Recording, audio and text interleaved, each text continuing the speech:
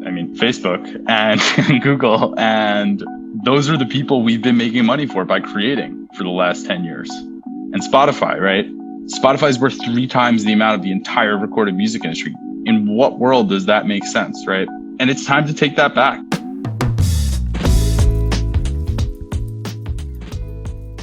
Matt, what's happening, bro? How are you feeling? I'm doing great, man. How about yourself? I'm good, man. Another week, another episode of the NFT Now podcast. And today, not only do we have our very special guest that we'll get to in a second, but we also have another special guest, co-host, co-founder at NFT Now, Alejandro Navia. Señor, ¿qué tal? ¿Qué tal? ¿Cómo estamos, amigos? I'm so excited to be here. Thanks again for the debut podcast. Just stoked to be here. Very excited to have him. Alejandro is going to be joining us in the different episodes that are very industry business focused. And in that vein, today, very excited for our guest, Jesse Grushack. Matt, you want to set the stage? Absolutely. Jesse has been a longtime friend from dating back to like the dance music blog days, but Jesse is best known for joining ConsenSys and co-founding Ujo Music, an Ethereum-based music software services company. He's also the co-founder of Ethereal. And he is now also, as of just in the past month, the co-founder of Six, a creative agency for NFTs in partnership with RAC, the artist who he also worked with during his time at ConsenSys. Yeah. So, I mean, he's been in the game for a while. He's seen the ups, he's seen the downs. He's always played largely at the intersection of the music industry and blockchain. So very exciting to see. I mean, obviously there's been a lot of hype and a lot of conversation around NFTs within music, beyond music.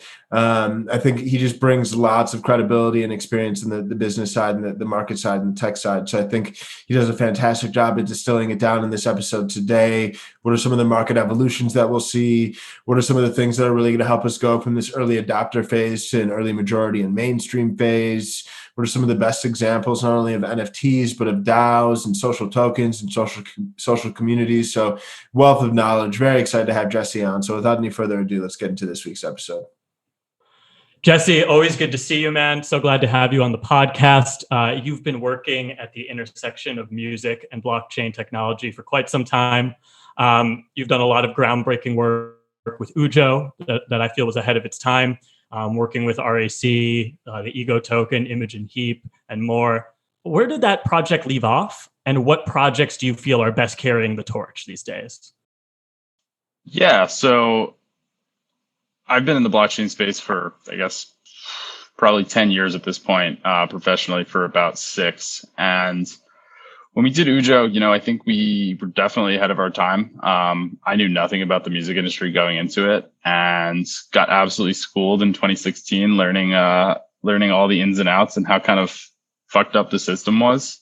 And we were just constantly trying to push the barriers, constantly trying to bring value back to creators. And the project left off in 2019 we were doing something, I guess, which, best looks to today like catalog.works. Basically, we had built a platform where you could upload your music. Every time you purchase a song, you would get an NFT. We didn't call them NFTs because we thought that name was never going to catch on and was kind of dumb. Here we are now. Funny world we live in. But yeah, so, I think the project left off more out of a product of just kind of, we had been it for so long, kind of throwing stuff against the wall, trying to see what would stick. And I don't think any of us expected that we would be kind of, the landscape would look like it does today. But, between Audius Music, which is a streaming platform, and Catalog, I think there are people kind of really carrying the torch and propelling what we started forward. So it's exciting to see that not everything we did was for nothing. Yeah. No, that's super exciting. Great contributions. I mean, as you extrapolate, I know you mentioned some different examples and a lot of the hype and conversation that's happening today. Like, where do you see there being some of the most exciting and disruptive applications that are kind of bringing together the intersection of like the music industry and artists and fans, as well as like blockchain technology? I think right now the whole space is exciting. It's kind of, I spent 3 years going to labels, going to publishers, and they didn't care. They didn't want to listen, and we were early, and I acknowledge that. But it's that, just to me, to see that they're excited to have the conversation right now is one of the most exciting things. And especially that we're seeing a lot of the management side as well, because I think the closer this is to the artists, the closer the NFT movement, the decentralization movement is to the artists, the better we all are, because that allows those kind of direct connections. And are the labels kind of going to be left out of this? Probably. There just needs to be less gatekeeping in music and more access to the data. So to me, the whole space is exciting right now. It feels very electric. It feels Bloghouse 2011. It feels, Napster 2001. It's just, it's a new medium. It's a new space. And I think those that are willing to explore it will be rewarded pretty heavily and have been rewarded thus far. To your question, I can't point to one thing that's exciting me. I think, Audius is exciting. I think what you guys are doing with NFT now is exciting. I think the whole space is just, it's exciting again. And it took us, 3-ish years of a bear market to get back here, but we weathered the storm, and I think there's nowhere to go but up. Yeah, man, that's a really excellent point. And there's been lots of hype and movement right now with the musicians launching their own NFTs. We have Blau, then you have Kings of Leon, and those concepts launching. Some are excited about the long-term potential and the contribution to the community, while others are really focused on cash grabs. How do you envision NFTs being applied within music and fan culture in the coming years? Yeah, so I think the community right now is being the ultimate judge of projects that are kind of going out and being cash grabs. And, I think the last 2 weeks, so I guess we're at March 17th right now. So 2 weeks, the last couple weeks, the beginning of March 2021, those weeks were just ridiculous. And I think that's where we saw the biggest cash grabs happening. But I don't know if it was at fault to the artists or if it was a fault to the market, really, because the market was willing to buy, $2,000, $3,000, $10,000 open edition NFTs. And when you start the prices that high, it becomes very difficult to find buyers in the secondary market to be able to kind of resell this stuff if you want to. And what does a $10,000 NFT get you at the moment, especially one that doesn't have any type of unique or limited backing to it? So, I think those first couple weeks of March, we saw some people get burned pretty bad on buying these open editions from anyone and everything. But I think we're starting already to see the market level off. The conversations we're having with Six, which is a creative agency that I started with RAC and a couple others, we don't want to take projects that are cash grabs. We want to take projects that enhance the longevity of this ecosystem, that make this a new avenue for revenue, that make it a new avenue for fans and artists to connect directly. And that's what we say in every conversation, because, the amount of people that have come to us and say, I want to do what Justin Blau did. We go, great. Do you know what Justin Blau did? Do you know how much time he spent, it wasn't just Justin decided to drop an NFT. Justin spent months working on this, on ideating on this, on building out his own custom platform, on engaging with the community. And he has that community support. He's an independent artist. So, it's a lot different when you have someone like Justin Blau coming out and doing something kind of in support of the crypto community and then, is rewarded from that, versus we've seen some bigger artists, not do those types of numbers that they would potentially do in the traditional world. But that's just because I think this takes a real level of care, thought, and energy to be put into it. And if you're not willing to do that, you're not going to get the results you want. So, I think we're already shifting from the cash grabby nature of it. I think there still will be, low effort, low hanging fruit there, that people will take. But, if you look at what Beeple did, Beeple sold a $1 NFT. And not the most recent one, but his ones, at the end of last year. And now fans can resell those for $200,000. So he's taking 10% of that. He's making 20 grand off of every sale in perpetuity. And he also, now his fans love him because all of a sudden I just made $180,000 off of the Beeple that I bought. It's that kind of concept it breeds allegiance, right? It's you help me, I'm going to help you, and I'm going to be there to support you. So, I think we're already seeing the market dynamics play out.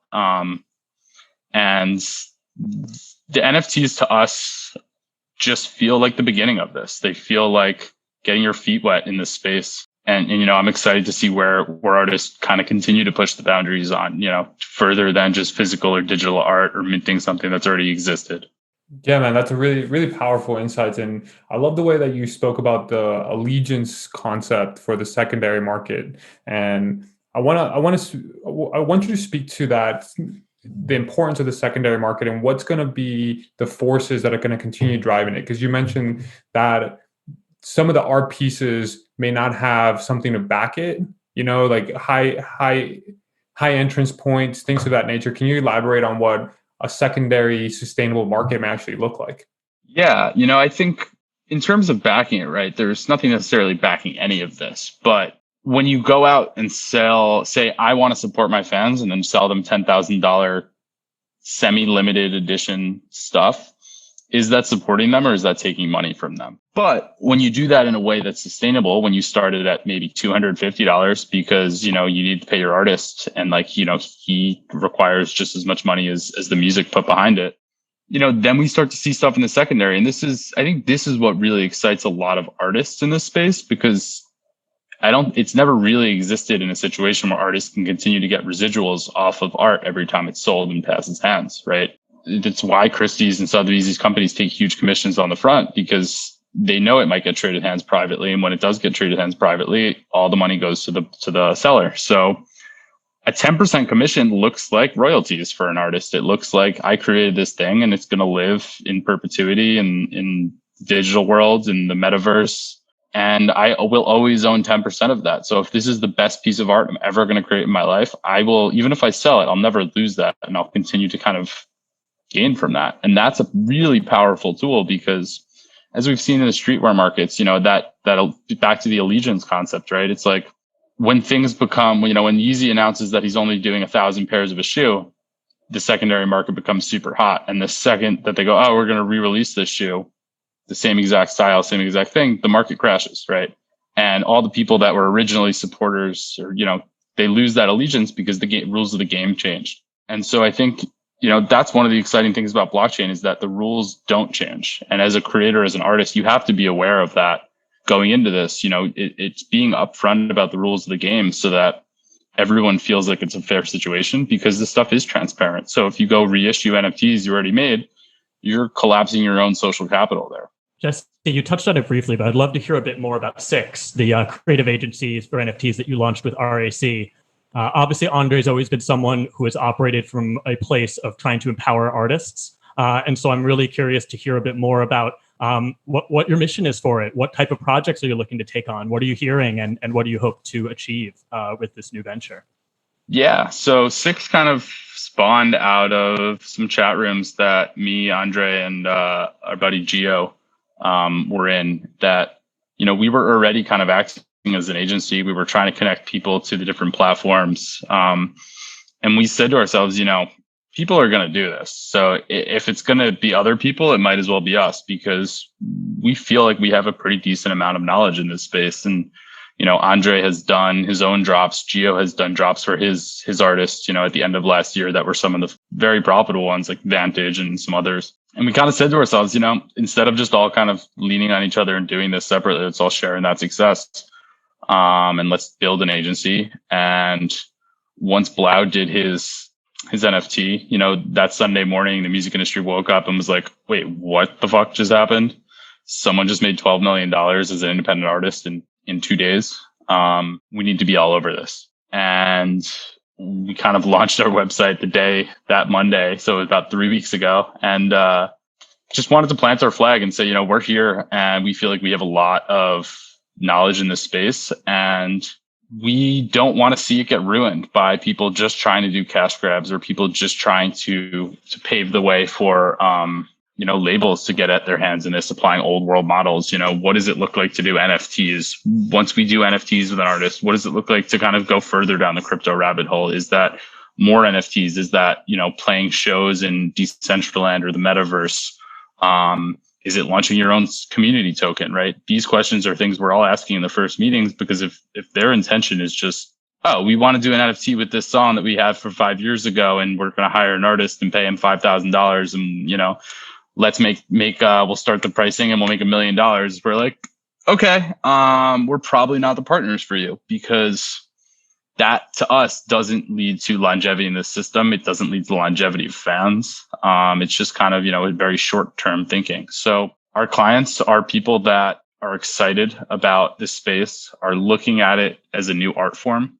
RAC constantly, says he looks at this as a completely new art form. And when he sits down to write a song for an NFT, it's no longer telling the 3 minutes, 4 minute story. It's telling a 30-second story, right? Against a piece of art that, he may or may not have had so much creative input in, but kind of sits down and he collaborates with Andreas Riesinger a lot, who does beautiful landscapes and roomscapes, and just has a great aesthetic overall. But they sit down, they kind of come up with a vibe, and then Andres works on the art, and Andre works on the music. And for him, it's a new medium, and I think that's what's exciting about this space is it is a new medium, and it should be treated as such. And maybe we shouldn't be applying all of the old copyright laws and all this IP stuff, and maybe we should just let it live as it is. And maybe when you start buying song NFTs, they go and live in the metaverse, and you can have a record collection that lives in your Decentraland house that, you can only have access to because you bought those NFTs first, and other people can pay you royalties, which, some parts go back to the artists. And I think there's just so much to explore that when you start to box yourself into just doing NFTs, you miss out on. So yeah, so with Six, that's kind of the client base we're going after. It's the people that want to play, to explore, to help shape this new ecosystem. I love that. No, it's super awesome. And when you think about like shaping the new ecosystem, and you've been alluding to some of the interesting applications as we look further into the future as to what this can be beyond its like current art form.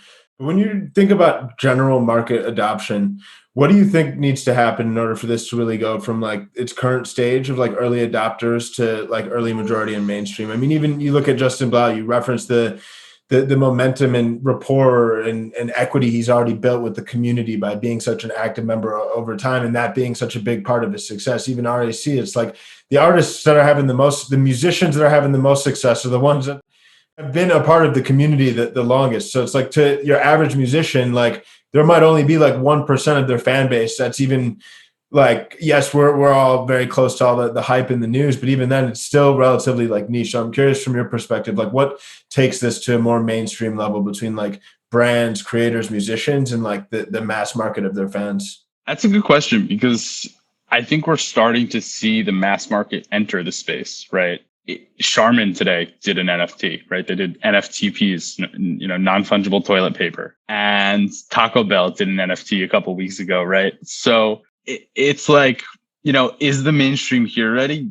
Kind of. They kind of are. And to the Kings of Leon, to their praise, really, they took a huge risk by going crypto only. And did it pay off in the way that they wanted to? I have no idea. But I think, what it did pay off in was kind of exploring a new model, taking a risk, taking a leap into this space and pushing their fans to a crypto only system, which proved to be pretty difficult. I think a lot of their fans felt frustrated in points because it was crypto only. And crypto, if you've been in the space long enough, you kind of have become numb to 18 character hexadecimal strings. But, for your average consumer, that's not feasible, right? And so it's the crypto UX, it's the buying, it's the selling, it's the legalities around it. Ethereum, has a scaling problem. Everyone who's in this space knows that. It's working on getting fixed. But I think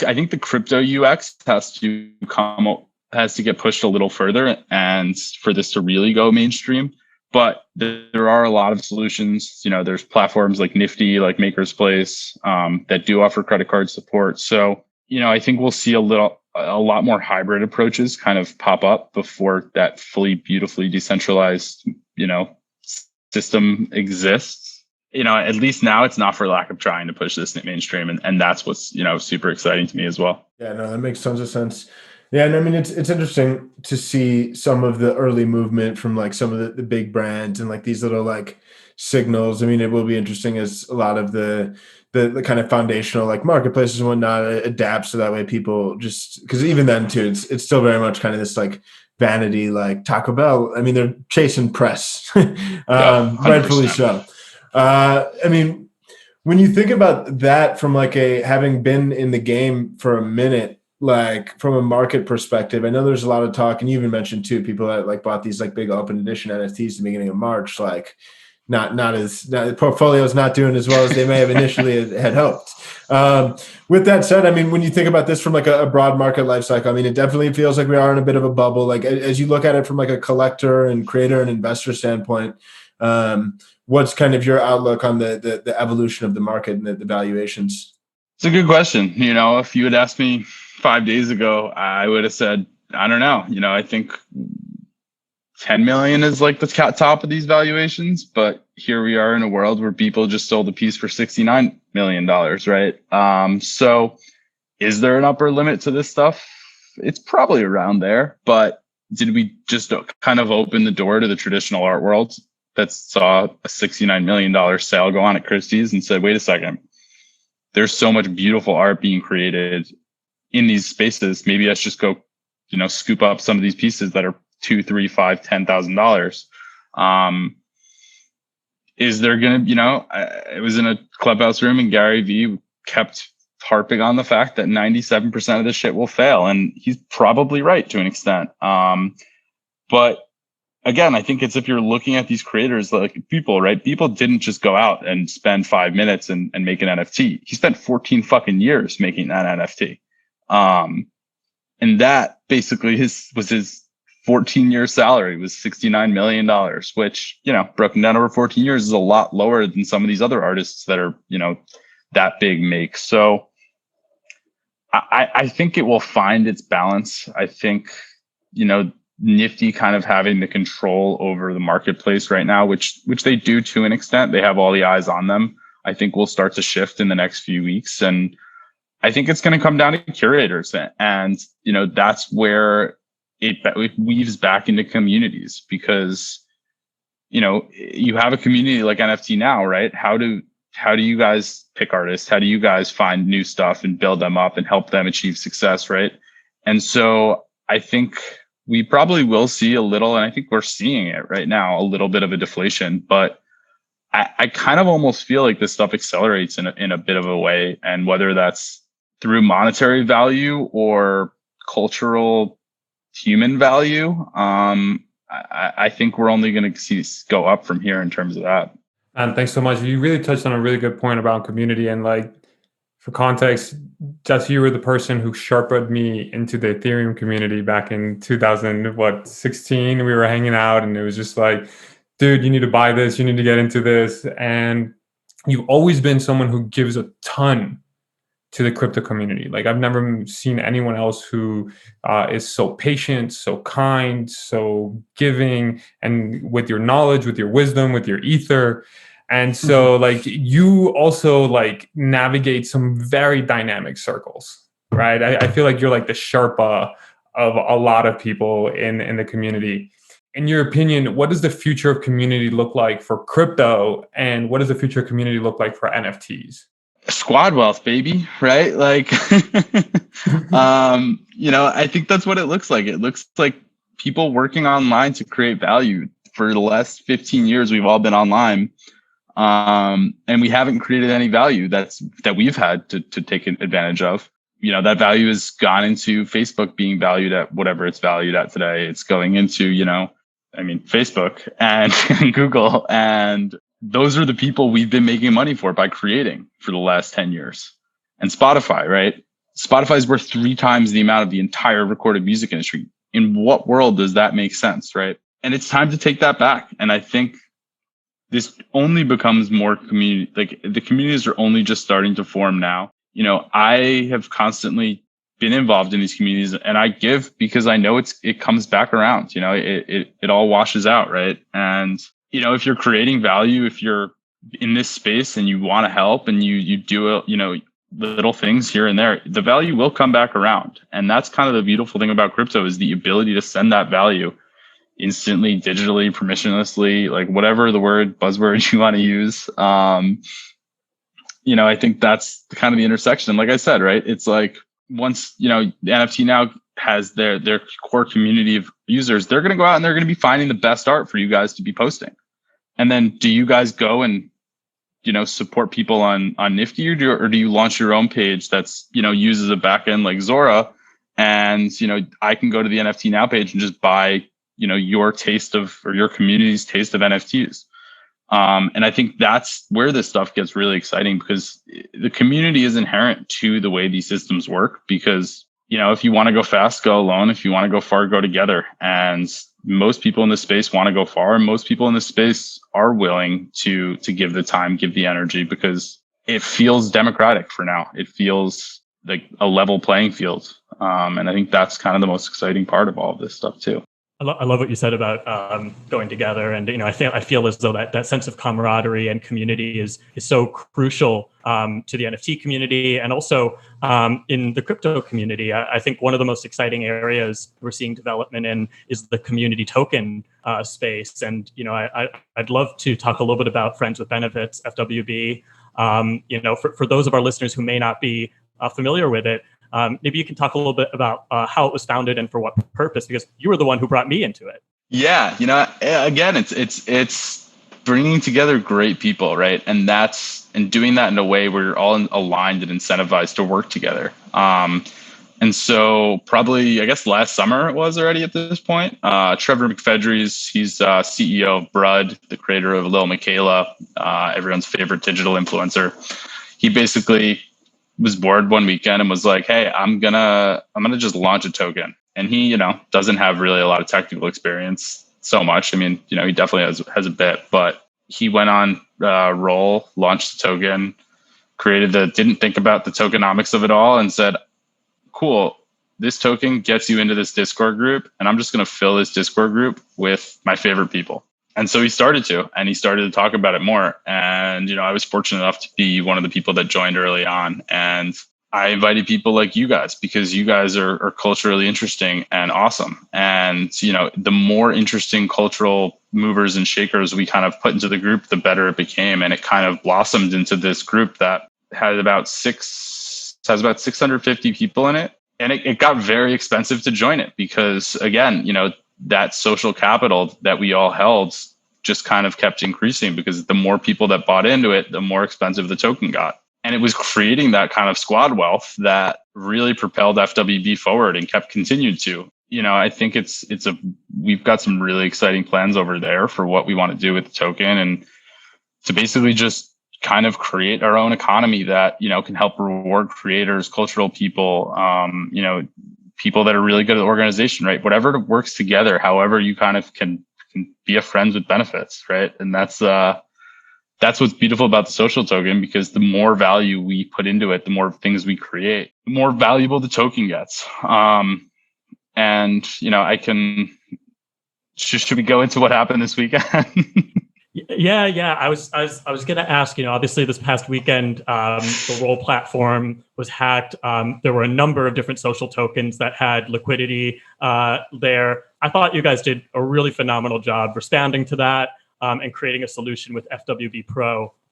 Tell us what that whole process was like, because I imagine it was pretty intense on your end. Yeah. So I went to bed, I don't know, maybe at like 2:30 in the morning, 3 o'clock in the morning on Saturday night. By the way, that's early for you, bro. That's not these days. Well, yeah. But anyway, so I go to bed. I, sleep great. I wake up to a missed call at 4:30 in the morning from Cooper, to another missed call at 6 a.m. from another friend, from a message from Andre at like 6 a.m. being like, oh, you're going to have a fun morning when you wake up. And basically what happened was, we put a lot of trust in the Roll platform to handle their own security. They had about 25% of the FWB token held in their wallets. We were planning on changing that. Cooper and Trevor were on a call on Saturday night, literally talking about it. they were like, oh yeah, we should remove that. And, they were like, oh, well, it might look weird to the community. We should announce it first. That way it's not like a large chunk of tokens moving. And then Trevor added more liquidity that night to the pool. And we woke up in the morning and all of the liquidity had been drained. The 25% of our supply basically was dumped on the market openly. And the price crashed to zero. And, we had to basically go into crisis mode. And so we just kind of locked the doors and said, all right, we spent the last 6 months building a very strong community here. And what we don't want to do, and the reason we closed the doors, is because opening them dilutes the value of this community that they've created. And while that value was being measured in a token, which was trading at almost $70 before the hack, while all that value was kind of captured there, it didn't represent the community. And that, it was nice to have. It was, a bonus for building something cool. But for us, I woke up, my first thought was, shit, I really hope the community doesn't get fucked from this. Like, how do we save the community? How do we make sure that, like, the fact that I can just be like chatting about coffee or what were we talking about the other day? LimeWire and other stuff. And, it was like Mike Shinoda's jumping in there. And it's just like, it's just cool people having cool conversations. And we wanted to preserve that. And so basically spent all of Sunday trying to figure out what to do. Because after the hack, a lot of our members said, oh, well, let me buy up some of this extra supply. And what we didn't want to do is basically take everyone's money and run. We wanted to create a kind of a, and basically in that sense, we would have snapshotted the pre-token, which is what I believe Cherry is doing. They took a snapshot of all the token holders before, and they're just reissuing the token like it never happened. And we didn't want to do that because to our community, their community was trying to step in and help us in what way they knew. And the only way that they knew to help was to buy more tokens. And so we basically came up with a mitigation plan that we feel is fair. The community voted on it. We basically spent all of Sunday kind of talking to different individuals in the space, some of the smartest people that I could think of in this space, kind of laying out the plans and like laying out the different options and trying to figure out how to recover from this. Because the token, the value of it, the price, that was all secondary. It never came up in discussions in the group. Everyone would just join the group and they'd be like, damn, this group's awesome. It was worth whatever I paid to get in the door. And that was the most important thing to us to preserve. So, we came up with a mitigation plan that does require us to reissue the token as FWB Pro. We are basically every token holder that held beforehand will get the same amount afterwards. For those members that bought after the hack, they will be redeemed. Their new tokens will be redeemed at 0.25 to 1. And for any non-members, so basically people in the community that are speculators, they weren't there in the beginning. They didn't help create that value. But now they saw a buying opportunity. They saw a cheap entrance fee. They saw whatever it is. And they said, oh, let me get in. They're only getting 0.1 to 1. So if they weren't a member before, we're basically cutting that by 90%. Because we're cutting the entire token supply by 90%. And that was something we had planned on doing prior to this with the start of season 2. And so the way FWB works to kind of keep the community engaged is we work on a seasons play. So it cost 50 tokens to get in the very beginning. We weren't in the seasons yet. Season 1 started with a 55 FWB entrance fee. Season 2, it moves up to 60. And the goal there was to keep people engaged, because if you are engaged, if you are participating in our coffee times, if you are constantly chatting, if you're being involved, you get rewarded, and you get rewarded by FWB tokens. So it's similar to, a Fortnite battle pass. You play enough Fortnite, you get the free battle pass for next season. But, here we're playing with community and saying, if you participate enough, you're not going to have to put in any more money. And so we are continuing that model into season 2, and season 2, we've got tons of exciting plans of what to do, tons of different engagement stuff to really, the title of the season is, I believe it's still being themed No New Friends, because at the end of the day, we have 600 people in that group. And the goal is to get all those people to know each other. It's to create real friends. We don't need any new ones. We need to be real ones. We need to make a community that's welcoming, that's engaged, that's brilliant, that's coming up with new awesome shit and helping them kind of, figure out blockchain. There's tons of learning channels in there too. And it's just one of my favorite places to hang out on the internet at this point. And it's exciting to see what we have in the pipeline. And it's exciting to see all these other social token communities pop up, because what a better way to organize yourselves than around a cause or a care or something you love. Yeah, no, totally. I love that. I mean, I really do think this is kind of laying the groundwork for how communities in general will start to function. It'll be really exciting to see. Are there other like specific examples outside of Friends with Benefits that you feel are doing a really great job, or just other like opportunities for you where you really see like this kind of whole like social token community structure kind of just providing a lot more value to both the community creators and the community members? Yeah, I think there's a lot of different DAOs going on right now, and DAOs are decentralized autonomous organizations. So the Friends with Benefits is shifting to a DAO or a community governance model. And I've been so deep down the FWB rabbit hole the past 2 days, I can't think of another example. But I know, Alejandro, you have kind of gone down that rabbit hole of. So in your opinion, who do you think is the best DAOs that are out there right now? Yeah, man. We're looking at Flamingo. Looks like a really good DAO from the Open Law team. Looks really solid. I think they were one of the first movers who were able to kind of incorporate the legalities of the real like fiat world and the crypto world. I'm really digging. I don't know if it's so much of a DAO, but I'm really digging Whale. Like, I'm really digging his approach to community tokenization of NFTs, like seeing him as kind of like having quote unquote the dictatorship around like deciding which pieces he'll purchase, and the community and trusting him in that capacity is really valuable. I love the programming that he's done with his community managers and being super responsive as well around his hack and his token. And in that vein, I wanted to ask you, like, what is the future of these DAOs and NFTs and the relationship that the DAO with NFT have for the next 5 years? What does that look like in your perspective? The relationship between NFT DAOs. Honestly, it's like everyone always comes to me and is like, how do we do X, Y, or Z? Like, what happens when we do this? What happens when we do this creative idea? And the answer that I give them mostly is, I have no fucking idea. I think Hot that's take. kind of, I mean, seriously. I like the honesty. I mean, I can sit here and pretend to predict the future, but like, there has never been a time in history where we've been able to move value so quickly. And so, that's what keeps me excited about blockchains in general, is that we're really pushing the boundaries on economic models, on really kind of every institution that has been entrenched for years. We're really pushing the boundaries on what those things look like. Whether, I think we're going to start to see a lot of DAOs pop up around IP ownership. What happens if a group of people get together and buy someone's publishing records, right?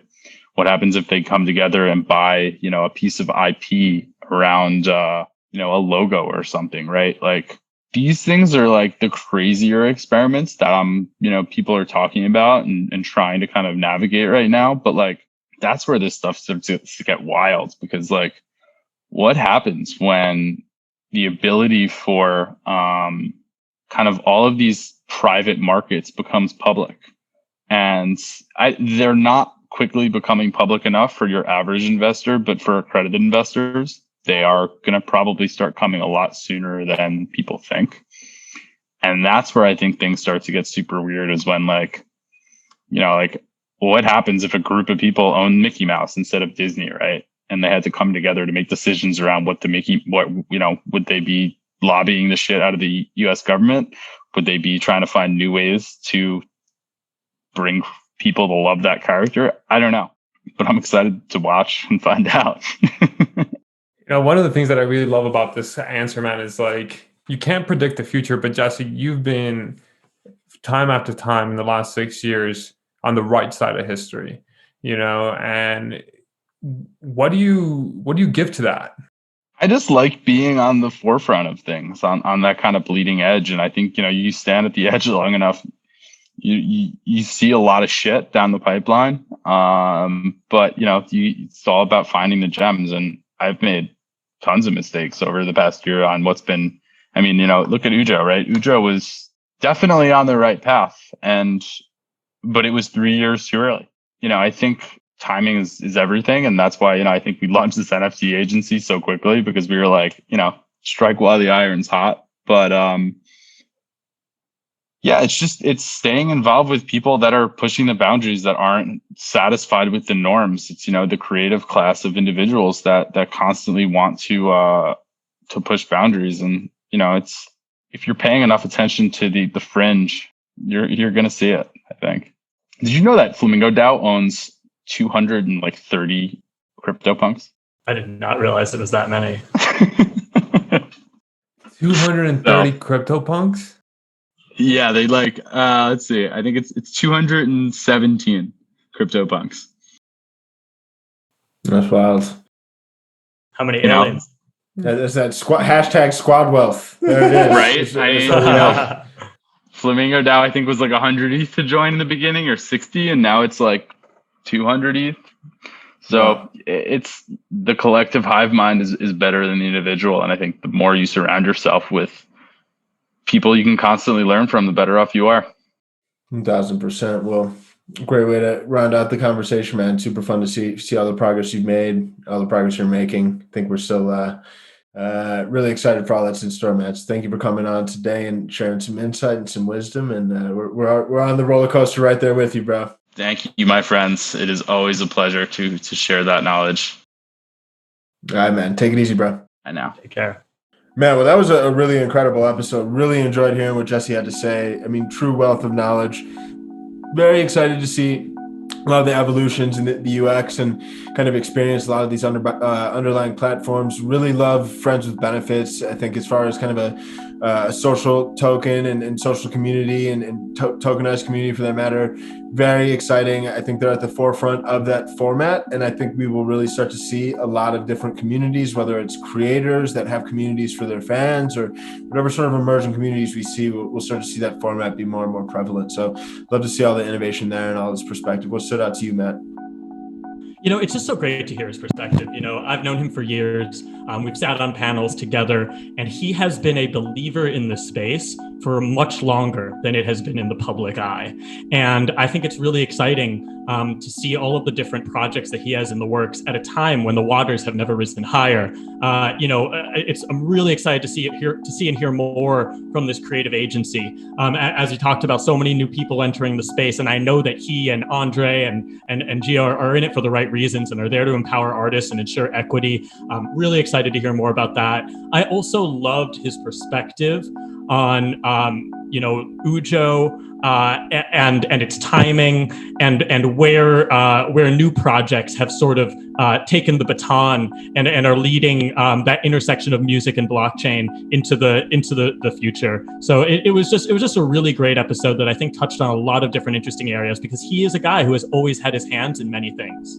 Yeah. What do you think, Ali? And I really love that his perspective on the space is from a guardianship approach. Like, he's trying to be a guardian of the space. I really love the element of the purism that he wants to bring on for the longevity, for the sustainability, and for the recurrence of the community-focused platform plays that we're seeing like being stood up. The other thing that really stood out for me is just how humble he really is, man. Like, his humility, even though he's been in the space for 6 years actively, co-creator of Ethereal, at ConsenSys, with Ujo, with Friends with Benefits, with Chat Team 6, and now with this agency, he still very much downplays his knowledge in a way of like, I'm still learning, I'm still here navigating with everyone. I just want to surround myself with really cool people and do cool shit. So that was really what stood out for me. Yeah, no, truly incredible, guys. Great episode, great conversation. Well, really appreciate all you tuning in. As always, we'll be back next week. Until then, we out.